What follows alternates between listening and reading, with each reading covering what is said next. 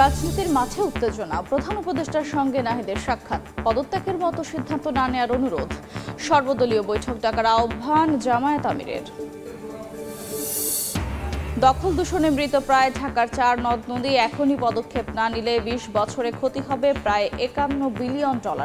ভুল নকশায় পিলারের স্থাপনে দখলদারদের পোয়াবারও। আমদানি করা গাড়ির ভার আর বহন করতে রাজি নয় চট্টগ্রাম বন্দর, 80% মোংলায় পাঠাতে মন্ত্রণালয়কে প্রস্তাব। ব্যবসা সংকুচিত হওয়ার আশঙ্কায় আপত্তি বারবিটার। এবং ঈদের আগে মশলার বাজারে উত্তাপ, 5,000 ছাড়িয়েছে এলাচের কেজি, হাজারের ঊর্ধ্বে লবঙ্গ গোলমরিচের দাম। স্বস্তির খবর ব্রয়লার মুরগি, মিনিকেট চাল ও সবজির দরে।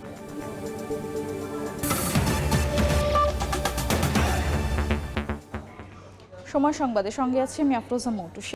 রাজনীতির মাঠে বিরাজ করছে চাপা উত্তেজনা। এর মধ্যে প্রধান উপদেষ্টা পদত্যাগ করতে চান এমন গুঞ্জনে ডক্টর মোহাম্মদ ইউনূসের সঙ্গে সাক্ষাৎ করেছেন এনসিপি আহ্বায়ক নাহিদ ইসলাম। বৃহস্পতিবার সন্ধ্যায় প্রধান উপদেষ্টার সরকারি বাসভবন যমুনায় এই বৈঠক অনুষ্ঠিত হয়। এনসিপির যুগ্ম আহ্বায়ক সরওয়ার তুষার জানান, বৈঠকে জুলাই অভ্যুত্থানের আকাঙ্ক্ষা, প্রধান উপদেষ্টার উপরে মানুষের আস্থা বিবেচনায় যে কোনো সিদ্ধান্ত নেওয়ার আহ্বান জানান নাহিদ ইসলাম। এদিকে প্রধান উপদেষ্টাকে সর্বদলীয় বৈঠক ডাকার আহ্বান জানিয়েছেন জামায়াতের আমির ডক্টর শফিকুর রহমান। কয়েকদিন ধরে রাজনীতির মাঠে বিরাজ করছে চাপা উত্তেজনা। জাতীয় নির্বাচন দ্রুত আয়োজনে বিএনপির চাপ, অন্যদিকে আগে স্থানীয় ভোটের দাবিতে সরব অভ্যুত্থানকারী তরুণদের দল এনসিপি।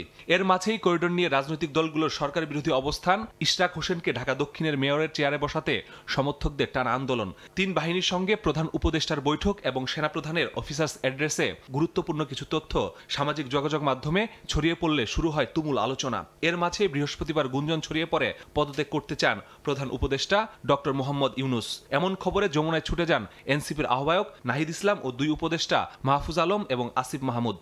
পরে সামাজিক যোগাযোগ মাধ্যমে দেশের স্বার্থে জুলাইয়ের ঐক্য পুনঃপ্রতিষ্ঠার আহ্বান জানান তথ্য উপদেষ্টা মাহফুজ আলম, এনসিপি নেতা হাসনাত আবদুল্লাহ সহ বেশ কয়েকজন। পদত্যাগের গুঞ্জনের খবর পেয়ে প্রধান উপদেষ্টা ডক্টর মোহাম্মদ ইউনূসের সঙ্গে সন্ধ্যা 6:30টায় যমুনায় সাক্ষাৎ করেন জাতীয় নাগরিক পার্টির আহ্বায়ক নাহিদ ইসলাম। এনসিপির যুগ্ম আহ্বায়ক সরওয়ার তুষার সময় সংবাদকে জানান, আধা ঘন্টার আলোচনায় জুলাই অভ্যুত্থানের আকাঙ্ক্ষা, প্রধান উপদেষ্টার উপর মানুষের আস্থা এবং জাতীয় ঐক্যের বিষয়ে ভেবে দেখার জন্য প্রধান উপদেষ্টার প্রতি আহ্বান জানিয়েছেন নাহিদ ইসলাম। পদত্যাগের গুঞ্জন ছড়িয়ে পড়ার পরে নাহিদ ইসলাম প্রধান উপদেষ্টার সাথে দেখা করেন এবং সেখানে তিনি তাদের কাছে তাকে অনুরোধ করেন, প্রধান উপদেষ্টা তাকে বলেছেন যে কাজটা পরিবেশ না থাকলে তো তার থেকে লাভ নাই। মানুষের ডক্টর ইউনূসের প্রতি যে আস্থা এবং ভরসা, জুলাই গণঅভ্যুত্থানের পরে যে সংস্কার পরে নির্বাচন, এগুলো কথা বিবেচনা করে তিনি যেন এরকম কোনো সিদ্ধান্ত না নেন সেটা অনুরোধ করেছেন এবং মানুষের আস্থার প্রতিদান তিনি রক্ষা করেন। এটা আমাদের তরফ থেকে আমাদের আহ্বায়ক বলেছেন। এদিকে চলমান সংকট উত্তরণে প্রধান উপদেষ্টাকে সর্বদলীয় বৈঠক ডাকার আহ্বান জানিয়েছে জামায়াতে ইসলামের আমির ডাক্তার শফিকুর রহমান। বৃহস্পতিবার বিকেলে দলটির কেন্দ্রীয় নির্বাহী পরিষদের জরুরি বৈঠক শেষে এ আহ্বান জানান তিনি। মাসুদুর রহমান, সময় সংবাদ, ঢাকা। জুলাই অভ্যুত্থানের পরেও আওয়ামী ফ্যাসিস্টদের প্রভাবশালী বিভিন্ন মহলের দাপট এখনও রয়েছে বলে অভিযোগ করেছে জুলাই ঐক্য। গতরাতে ঢাকা বিশ্ববিদ্যালয়ের রাজু ভাস্কর্যের সামনে জুলাই ঐক্য বিনষ্টের ষড়যন্ত্র ও ভারতীয় আধিপত্যবাদের প্রতিবাদে এক মশাল মিছিল শেষে এই অভিযোগ করা হয়। আওয়ামী দোসররা এখনও বিভিন্ন মন্ত্রণালয়ে বহাল তবিয়তে রয়েছে। অভিযোগ করে তারা বলেন, 5 আগস্টের পর থেকেই অভ্যুত্থান নস্যাৎ করার চেষ্টা চলছে। এ সময় ভারতীয় এজেন্ট শনাক্ত করে শাস্তি দেওয়া সহ বিতর্কিতদের অপসারণ করে উপদেষ্টা পরিষদ পুনর্গঠনের মাধ্যমে জুলাই ঘোষণাপত্র প্রকাশের দাবি জানান জুলাই ঐক্যের নেতাকর্মীরা।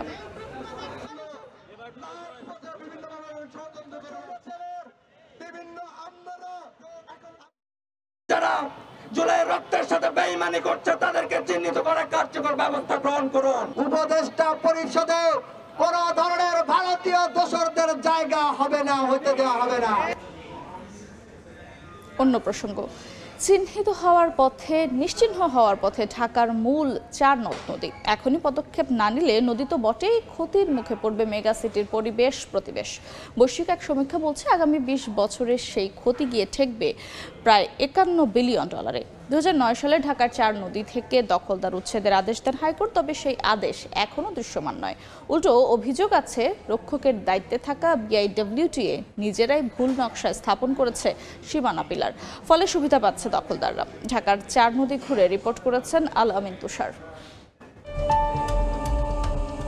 বুড়িগঙ্গার কোল ঘেঁষে গড়ে ওঠা শহর রাজধানী ঢাকা। প্রায় 400 বছর বয়সী এই শহরটি ঘিরে একসময় ছিল অনেক নদ নদী আর খাল, সেসব এখন কেবলই ইতিহাস।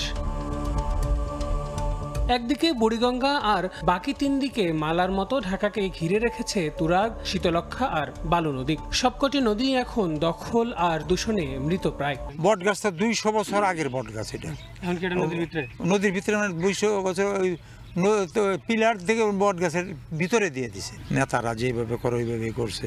মাটি যে ফালাই বরাট করে বালু বালু ফালাই যে জায়গা জায়গায় মেল ফ্যাক্টরি করছে, কিছু টাকা দিয়া একটু ভিতর দিকে দিছে, আবার যে না দিছে একটু বাড়ায় দিছে।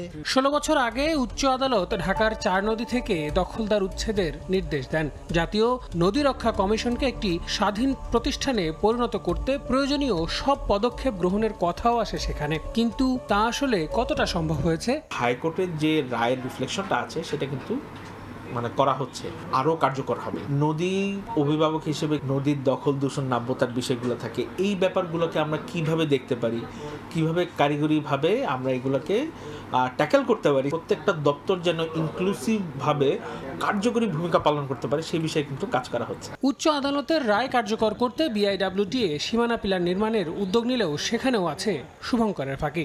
রিভার অ্যান্ড ডেল্টা রিসার্চ সেন্টারের এক গবেষণা বলছে, বুড়িগঙ্গা ও তুরাগকে দখলমুক্ত করতে বসানো 3084টি সীমানা পিলারের মধ্যে নদীর মধ্যে স্থাপন করা হয়েছে 1423টি। এমনকি কোথাও কোথাও পোর্ট আইন 1966 এবং বাংলাদেশ পানি আইন 2013 না মেনেই পিলার নির্মাণের অভিযোগও আছে। এভাবেই নদীর উপরে ধীরে ধীরে ময়লার স্তূপ, তার উপরে গড়ে ওঠে বাঁশের 4টি ঘেরা দিয়ে একটি দোকান, তার উপরে একটি টিনের দোকান, তারপরেই সেখানে গড়ে ওঠে ইমারত। এভাবেই দিনকে দিন দখল হয়ে যাচ্ছে আমাদের নদীগুলো। আর পরিবেশ প্রতিবেশ নিয়ে কারোই যেন চিন্তা ভাবনা করার কোনো সময়ই নেই। রাজধানী ঢাকাকে বাঁচাতে নদীর প্রতি নজর দেবার তাগিদ দিচ্ছেন পরিবেশবিদরা। শিল্প প্রতিষ্ঠান, সরকারি প্রতিষ্ঠান, ব্যক্তি উদ্যোগের প্রতিষ্ঠান, রাজনৈতিক প্রতিষ্ঠান, কেউ পিছিয়ে পাওয়া অবস্থায় নাই। সকলেই সর্বশেষ দখলদারিত্বের ক্ষমতাটি নদীর উপরে দিয়ে থাকে। আমাদের পরিবেশ, এটি আমাদের সাংবিধানিক অধিকার। এই অধিকার যারা যারা খর্ব করছে, নদী দখল করুক, নদী দূষণ করুক কিংবা অন্যভাবে প্লাস্টিক দূষণ করুক, এরা সবাই দেশের মানুষের এগেনিস্টে দাঁড়াচ্ছে। সো তাদেরকে সম্মিলিতভাবে প্রতিহত করতে হবে, আর আইনের প্রয়োগ তো অবশ্যই করতে হবে। নদী গবেষকরা বলছেন, খুব বেশি দিন আগের কথা নয়, স্বাধীনতাকালেও ঢাকার জেলায় নদী ছিল অন্তত 15টি। তার মধ্যে মানচিত্র থেকে বিলীন হয়ে গেছে আটি, কনাই, দোলাই, পাণ্ড ও নড়াই সহ বেশিরভাগ নদ নদী। আল আমিন তুষার, সময় সংবাদ, ঢাকা। বিদেশ থেকে আমদানি করা গাড়ির ভার আর বহন করতে রাজি নয় চট্টগ্রাম বন্দর। মাত্র 20% রেখে বাকি 80% গাড়ি পাঠিয়ে দিতে চায় মোংলা বন্দরে। এ বিষয়ে একটি প্রস্তাবনা পাঠানো হয়েছে নৌ পরিবহন মন্ত্রণালয়ে। তবে গাড়ি ব্যবসা সংকুচিত হয়ে পড়ার আশঙ্কায় এই সিদ্ধান্তে আপত্তি জানিয়েছে বারভিটা। সাক্ষাৎ রিপোর্ট ছবিতে বিস্তারিত জানাচ্ছেন কমল দে। স্বাধীনতার পর চট্টগ্রাম বন্দর দিয়ে আমদানির মাধ্যমে বাংলাদেশে শুরু হয় রিকন্ডিশন গাড়ির ব্যবসা। এখন আর সে গাড়ি নিজেদের শেডে রাখতে রাজি নয় বন্দর কর্তৃপক্ষ। আমদানি করা গাড়ির অন্তত 80% মোংলা বন্দরে পাঠাতে চিঠি দেওয়া হয়েছে নৌ পরিবহন মন্ত্রণালয়ে। চট্টগ্রাম বন্দরের মাধ্যমে গাড়ি না এনে যদি সেগুলো মংলা বন্দরের মাধ্যমে আনে, তাহলে মংলা বন্দরের স্পেসটাও ব্যবহার হলো এবং চট্টগ্রাম বন্দরের ভিতরে যে অপারেশনাল কার্যক্রম সেটাও আমরা আরও ভালোভাবে ব্যবহার করতে পারলাম। চট্টগ্রাম বন্দরে খালাস হওয়া প্রতিটি গাড়ির ক্ষেত্রে 14 দিন পর প্রতিদিনের মাসুল দাঁড়ায় 700 টাকায়, কিন্তু মোংলা বন্দরে 14 দিন পর প্রতিদিনের শুল্ক নির্ধারণ করা হয়েছে 129 টাকা। শুল্ক হার তুলনামূলক কম হলেও নানা জটিলতায় বন্দরের এই সিদ্ধান্ত মানতে আপত্তি ব্যবসায়ীদের। চট্টগ্রাম বন্দর দিয়ে যদি গাড়ি না এনে মংলা বন্দর দিয়ে যদি নিয়ে আসি, তাহলে আমাদের কস্টিং চট্টগ্রাম বন্দরের চেয়ে প্রায় 40 থেকে 50 হাজার টাকা কস্টিং বেশি পড়বে। বন্দরের প্রস্তাবনা অনুযায়ী গাড়ি খালাস কমলে প্রভাব পড়বে রাজস্ব আদায়ে। এটা আসলে সার্বিক রাজস্বে তেমন কোনো প্রভাব ফেলবে না, তবে চট্টগ্রাম কাস্টম হাউসের একটা রেভিনিউ টার্গেট থাকে, সেই ক্ষেত্রে গাড়ি আসলে একজন গুরুত্বপূর্ণ আমাদের রেভিনিউ ফ্যাক্টর হিসাবে কনসিডার করা হয়। বছরে 12,000-এর বেশি গাড়ি আমদানি করে বাংলাদেশ। এই অবস্থায় বন্দরের অব্যবহৃত জায়গায় নতুন করে গাড়ির শেড নির্মাণের দাবি ব্যবসায়ী নেতাদের। চট্টগ্রামে বহু ইয়ার্ড আছে এখনো খালি, এবং অনেক অনুপযোগী আছে। এগুলো ক্লিন করে গাড়ি রাখার ব্যবস্থা করলে আমার মনে হয় জটিলতা সৃষ্টি হবে না। সবশেষ তথ্য অনুযায়ী চট্টগ্রাম বন্দরের 2টি শেডে 1100টি গাড়ি রয়েছে। এখন চট্টগ্রাম বন্দরে গাড়ি খালাস কমে গেলে ব্যবসা বন্ধ হওয়ার উপক্রম হবে, এমনটি বলছেন বারবিডার নেতারা। কমল দে, সময় সংবাদ, চট্টগ্রাম। টাকা কামানোর প্রতিযোগিতায় বিদেশে পাড়ি জমাতে গিয়ে অনেকেই দালালের মাধ্যমে বেছে নেয় অবৈধ পথ। অনেকেই মাফিয়া চক্রের খপ্পরে পড়ে নির্মম নির্যাতনের শিকার হন। ভিটে মাটি আর স্বর্ণালংকার বিক্রি করে দফায় দফায় টাকা পাঠালে কেউ ফেরত পান স্বজনকে, আবার কারো কোনো খোঁজই মেলে না। অবৈধ পথে বিদেশ পাড়ি জমানো বন্ধ এবং দালাল চক্র নির্মূলে কাজ করছে বলে জানিয়েছে পুলিশ। শরীয়তপুর থেকে বিএম ইশরাফিলের তথ্য ছবি নিয়ে রিপোর্ট। 5 বার 7 বার চোখ বাঁধতো, এরপর মনে করেন মুখে ভিতরে মনে করেন গামছা ভরিয়ে মুখ বাঁধতো, কারেন্টের শর্ট দিতে পায়, আমার হাতের নখটা এটা আর কি প্লাস দিয়ে চাপা দিয়ে ধরিয়া মনে করেন রক্ত জমা এলে তো। আর সম্পূর্ণ টোটাল প্রায় 64 লাখ টাকার মতো খরচ হয়েছে। ভিটে মাটি বিক্রি করে প্রিয় মাতৃভূমি ছেড়ে দূরদেশে পাড়ি জমান টাকা কামানোর আশায়, কিন্তু দালালের খপ্পরে পড়ে আটকে যান মাফিয়া চক্রের কাছে। এরপরই দিনের পর দিন সইতে হয় অবর্ণনীয় নির্যাতন। ইতালিতে নেওয়ার কথা বললে আমাদের বাংলাদেশ থেকে লিবিয়াতে নেয়, লিবিয়াতে নেওয়ার পরে আমাদের ওই জায়গায় একটা চক্রের মাধ্যমে বিক্রি করে দেয়।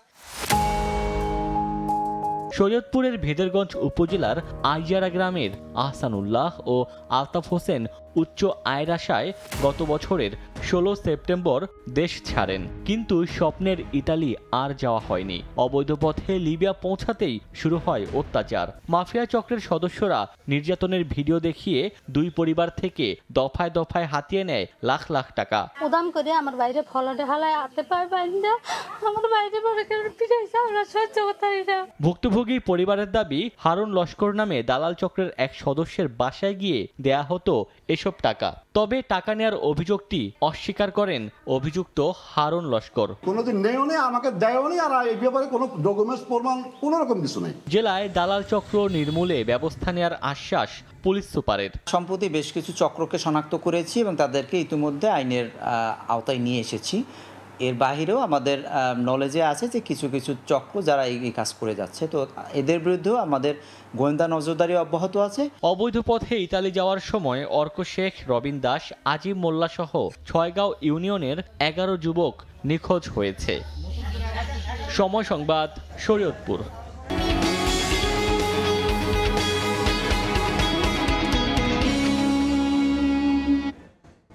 কোরবানির ঈদকে সামনে রেখে আগুন মশলার বাজারে। দারুচিনি, লবঙ্গ থেকে শুরু করে বাড়তি জিরা, এলাচের দাম।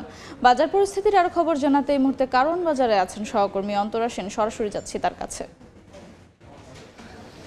সাপ্তাহিক ছুটির দিনে জমজমাট রাজধানীর কাউরান বাজার। সাপ্তাহিক ছুটির দিন হওয়ায় সারা সপ্তাহের বাজার করতে দোকানগুলোতে ভিড় করছেন ক্রেতারা। আর বাড়তি আমেজ কিন্তু বাড়তি আমেজ যোগ হয়েছে যে আসন্ন ঈদ উল আজহা উপলক্ষে কিন্তু মশলার দাম কিন্তু বেড়ে গেছে। আমি যদি আপনাদের একটু জানাই, সেটা হচ্ছে যে বর্তমানে প্রতি কেজি এলাচ কিন্তু বিক্রি হচ্ছে 4800 থেকে 6000 টাকা কেজিতে। মানভেদে লবঙ্গ বিক্রি হচ্ছে 1350 টাকা কেজিতে। গোলমরিচের দাম এখন 1200 টাকা কেজি, দারচিনি 520 টাকা কেজি, জিরা এখন বিক্রি হচ্ছে 650 থেকে 700 টাকা কেজিতে। গেল ঈদ উল ফিতরের সময় থেকে কিন্তু বাড়তি দাম রয়েছে মশলার, আর সেই দাম কিন্তু এখন আরও বেড়ে যাওয়ার আশঙ্কা করছেন ক্রেতা বিক্রেতারা। এদিকে পেঁয়াজ বিক্রি হচ্ছে 52 থেকে 55 টাকা কেজিতে, আদা 80 টাকা, রসুন বিক্রি হচ্ছে মানভেদে 100 থেকে 120 টাকায়। যদি বলি ক্রেতা বিক্রেতারা উভয়ই বলছেন যে যেহেতু আসন্ন ঈদ উল আজহায় মশলার চাহিদা বেশি থাকে, এজন্য এই উপলক্ষে মশলার দাম তারা বাড়তি দেখছেন। আর কিন্তু অনেক বিক্রেতারা অভিযোগ করেছেন যে ঈদের বাজার যেরকম হওয়া উচিত, যেরকম ক্রেতা সমাগম হওয়া উচিত, সেরকম ক্রেতা সমাগম কিন্তু এখনও তারা পাচ্ছেন না। তারা আশা করছেন যে ঈদের এক সপ্তাহ আগে থেকে তাদের ক্রেতার আগমন আরও বেশি বাড়বে, তাদের বেচাকেনা আরও বাড়বে। আর অন্যান্য বাজার সম্পর্কে যদি বলি, চাল নতুন বাজারে নতুন চাল এসেছে, আর সেই উপলক্ষে কিন্তু মিনিকেট চালের দাম কমেছে। গেল সপ্তাহের তুলনায় মানভেদে কেজিতে আরও 1 থেকে 2 টাকা কমেছে দাম। এখন প্রতি কেজি মিনিকেট পাইকারিতে কিন্তু বিক্রি হচ্ছে 72 থেকে 74 টাকাতে, আর খুচরা দাম 77 থেকে 80 টাকা। আটাশ চাল পাইকারিতে বিক্রি হচ্ছে 52 থেকে 54 টাকায়, খুচরা বাজারে কেজি বিক্রি হচ্ছে 58 টাকায়। এদিকে গেল সপ্তাহের তুলনায় কিন্তু কেজিতে 10 থেকে 15 টাকা কমেছে মুরগির দাম। ব্রয়লার মুরগির দাম বর্তমানে ব্রয়লার মুরগি বিক্রি হচ্ছে 150 টাকা কেজিতে। এই ছিল আমার কাছে বাজার পরিস্থিতির সর্বশেষ খবরাখবর। মশলার বাজারের খবর জানছিলাম কারণ বাজার থেকে। ঈদুল আজহার সামনে রেখে কিশোরগঞ্জে গরু লালন পালনে ব্যস্ত খামারিরা। তবে 2 সপ্তাহের ব্যবধানে বাজারে গোখাদ্যের দাম বেড়ে যাওয়ায় চিন্তিত খামারিরা। এই অবস্থায় ভারত থেকে চোরাই পথে দেশের বাজারে পশু ঢুকলে লোকসানের শঙ্কা তাদের। কোরবানির ঈদকে সামনে রেখে গরু পরিচর্যায় ব্যস্ত খামারিরা। কেউ গোসল করাচ্ছেন, কেউ বা দিচ্ছেন খাবার। কিশোরগঞ্জের সব খামারে শেষ সময়ে পশু হৃষ্টপুষ্ট করার কাজ করছেন খামারিরা বলছেন, দেশীয় খাবারের মাধ্যমে চলছে গরু মোটা তাজাকরণ। তবে গেল 2 সপ্তাহের ব্যবধানে বাজারে গোখাদ্যের মূল্য বৃদ্ধিতে লালন পালনের খরচ বেড়েছে। এ অবস্থায় ভারত থেকে চোরাই পথে দেশের বাজারে পশু ঢুকলে লোকসানের আশঙ্কা তাদের। সবসময় কাঁচা ঘাস দিয়ে থাকি, সেই কাঁচা ঘাস দ্বারা তৈরি সাইলেজ আমরা ব্যবহার করছি, এবং আমরা দানাদার যে খাদ্যটা এটা আমরা নিজেরা প্রস্তুত করি। 20 জন মানুষ আমরা এই গরুরে ঘাস পানি খাওয়াই, সকালে গাইটাই দোয়াই, পুরা পানি দেই। কোরবানির পশুর গুণগত মান নিয়ন্ত্রণ ও ক্ষতির ওষুধ প্রয়োগ রোধ করতে কাজ করছে প্রাণী সম্পদ অধিদপ্তরের 40টি মেডিকেল টিম। 40টি মেডিকেল টিম গঠন করেছি। আমরা আশা করতেছি আমাদের এই মেডিকেল টিমগুলো কার্যকর থাকবে এবং তারা মানুষকে সুস্থ পশু কেনা এবং যাতে কোনো অসুস্থ পশু না পাওয়া যায় সে ব্যাপারে আমরা সার্বক্ষণিক সহযোগিতা করব। জেলা প্রাণী সম্পদ অধিদপ্তরের তথ্য মতে জেলায় 1,80,911টি কোরবানির পশুর চাহিদার বিপরীতে খামারগুলোতে প্রস্তুত আছে 2,13,379টি। সময় সংবাদ, কিশোরগঞ্জ। যুক্তরাষ্ট্রের হার্ভার্ড ইউনিভার্সিটি আর বিদেশি শিক্ষার্থী ভর্তি করতে পারবে না। কেবল তাই নয়, যেসব বিদেশি শিক্ষার্থী বর্তমানে ভর্তি রয়েছেন তাদেরকেও স্থানান্তরের নির্দেশ দিয়েছেন ট্রাম্প প্রশাসন, নতুবা তাদের যুক্তরাষ্ট্রে থাকার বৈধতা বাতিল করার হুঁশিয়ারি দিয়েছে হোমল্যান্ড সিকিউরিটি বিভাগ। এই সিদ্ধান্তকে প্রতিশোধমূলক ও অবৈধ দাবি করেছে হার্ভার্ড কর্তৃপক্ষ। তহবিল কাটছাঁটের পর হার্ভার্ড ইউনিভার্সিটির ওপর আরও কঠোর অবস্থানে ট্রাম্প প্রশাসন। এখন থেকে আর বিদেশি শিক্ষার্থী ভর্তি করতে পারবে না যুক্তরাষ্ট্রের সবচেয়ে পুরনো বিশ্ববিদ্যালয়টি। আর বর্তমানে যেসব বিদেশি শিক্ষার্থী ভর্তি রয়েছেন তাদের অবশ্যই স্থানান্তর করতে হবে, না হলে তারা যুক্তরাষ্ট্রে থাকার আইনগত বৈধতা হারাবেন। স্থানীয় সময় বৃহস্পতিবার হার্ভার্ডের স্টুডেন্ট অ্যান্ড এক্সচেঞ্জ ভিজিটর প্রোগ্রামের অনুমোদন বাতিল করে যুক্তরাষ্ট্রের হোমল্যান্ড সিকিউরিটি বিভাগ। হোমল্যান্ড সিকিউরিটির তদন্ত ঘিরে হার্ভার্ডের নথি চাওয়া বিষয়ে কয়েক দফা চিঠি চালাচালি ও আলোচনার পর এই সিদ্ধান্ত নেওয়া হয়েছে বলে জানিয়েছে ট্রাম্প প্রশাসন। তদন্তের আওতায় বিশ্ববিদ্যালয়ের ভর্তি প্রক্রিয়া, পাঠ্যক্রম এবং নিয়োগ নীতি খতিয়ে দেখতে চেয়েছিল সরকার। তবে বরাবরই এই অনুরোধকে আইনি ভিত্তিহীন ও স্বশাসনের পরিপন্থী বলে প্রত্যাখ্যান করে আসছিল হার্ভার্ড। হার্ভার্ডে বর্তমানে প্রায় 6,800 বিদেশি শিক্ষার্থী রয়েছেন, যা বিশ্ববিদ্যালয়টির মোট শিক্ষার্থীর প্রায় 27%। ফলে এই সিদ্ধান্ত শুধু শিক্ষার্থীদের ব্যক্তি জীবনেই নয়, বরং হার্ভার্ডের একাডেমিক পরিবেশ ও বৈশ্বিক ভাবমূর্তিতেও ব্যাপক প্রভাব ফেলতে পারে বলে ধারণা করছেন বিশ্লেষকরা। ট্রাম্প প্রশাসনের সিদ্ধান্তকে প্রতিশোধমূলক ও অবৈধ দাবি করেছে হার্ভার্ড। বিশ্ববিদ্যালয় কর্তৃপক্ষ শিক্ষার্থীদের পাশে দাঁড়াতে দ্রুত পদক্ষেপ নিচ্ছে বলে জানানো হয়েছে। তবে বিশ্লেষকরা বলছেন, এই সিদ্ধান্ত যুক্তরাষ্ট্রের উচ্চশিক্ষা ও বৈচিত্র্যময় শিক্ষানীতির ওপর একটি বড় আঘাত হিসেবে ইতিহাসে স্মরণীয় হয়ে থাকবে। ইয়াসিন মোহাম্মদ জিসান, সময় সংবাদ। এ পর্যায়ে শীর্ষ সংবাদগুলো জানিয়ে দিচ্ছি আরেকবার। রাজনীতির মাঝে উত্তেজনা, প্রধান উপদেষ্টার সঙ্গে নাহিদের সাক্ষাৎ, পদত্যাগের মতো সিদ্ধান্ত না নেওয়ার অনুরোধ, সর্বদলীয় বৈঠক ডাকার আহ্বান জামায়াত আমিরের। দখল দূষণে মৃতপ্রায় ঢাকার 4 নদ-নদী, এখনই পদক্ষেপ না নিলে 20 বছরে ক্ষতি হবে প্রায় $51 বিলিয়ন। ফুল নকশায় পিলার স্থাপনে দখলদারদের পোয়াবারও।